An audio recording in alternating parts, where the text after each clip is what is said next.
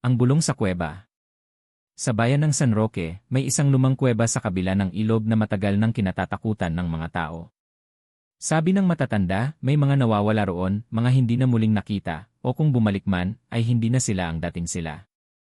Ang mga bulong sa dilim, ang malamig na hinina sa batuhan, at ang hindi maipaliwanag na takot, lahat ito'y babala. Ngunit ang mga kabataan, lalo na ang matitigas ang ulo, ay bihirang makinig sa mga kwento. Si Angelo, kasama ang kanyang mga kaibigan na sina Daryl at Pia, ay nagpasya isang gabi na pasukin ang kuweba. Gabi na noon, ngunit dala ng paungulit ni Daryl at kakulitan ni Pia, tumawid sila sa ilog, dala lamang ang liwanag ng kanilang cellphone flashlight at ang tapang na kunwaring hindi matinag. Nang tumapak sila sa madulas at lumot na bato sa bunganga ng kuweba, agad nilang naamoy ang mabahong singaw ng bulok na hangin mula sa loob.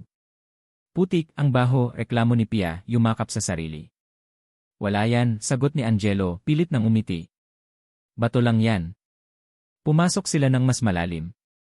Ang tunog ng patak ng tubig mula sa stalactites ay parang marahang paghinga ng isang nilalang sa kadiliman. Habang lumalayo sila, unti-unting nilamon ng dilim ang liwanag mula sa bunganga ng kuweba. At doon nila ito narinig. Isang bulong. Mahina sa simula, parang hangin na dumadaan sa maliliit na siwang sa bato. Pero habang lumalalim sila, lumakas ito, paikot sa kanila, parang may bumubulong mula sa lahat ng direksyon. Isang wikang hindi nila maintindihan. Napakapit si Pia sa braso ni Angelo. Narinig mo yon? Nilunok ni Angelo ang kaba. Hangin lang yon. Biglang nanginig ang ilaw ng flashlight ni Daryl. Parang nauubos agad yung battery ko, sabi nito. Bumalik na tayo. Isang matinis na click ang lumaganap sa kuweba, nawala ang ilaw ni Daryl. Pagkatapos kay Pia. Hanggang sa kay Angelo. Naanod sila sa kumpletong kadiliman. Nagsimulang bumilis ang tibok ng puso ni Angelo. Napakapa siya sa ere, hinahanap ang mga kaibigan.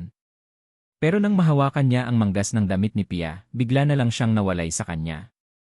Isang malakas na hiyaw ang pumuno sa kuweba. Pia, sigaw ni Angelo, kinakapa ang paligid.